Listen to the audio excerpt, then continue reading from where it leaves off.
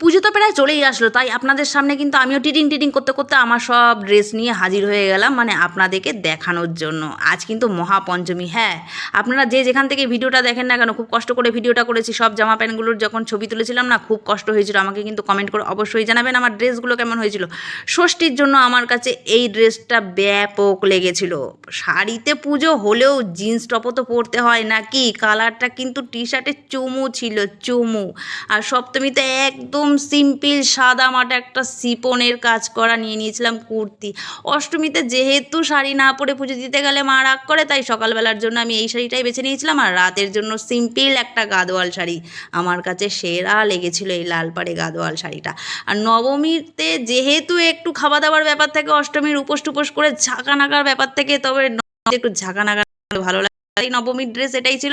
আমি কিন্তু ভিডিওটা করেছি নবদ্বীপ থেকে। ভিডিওটা ভালো লেগে থাকলে ছোট্ট করে একটা লাইক, সাথে সাবস্ক্রাইব। টাটা।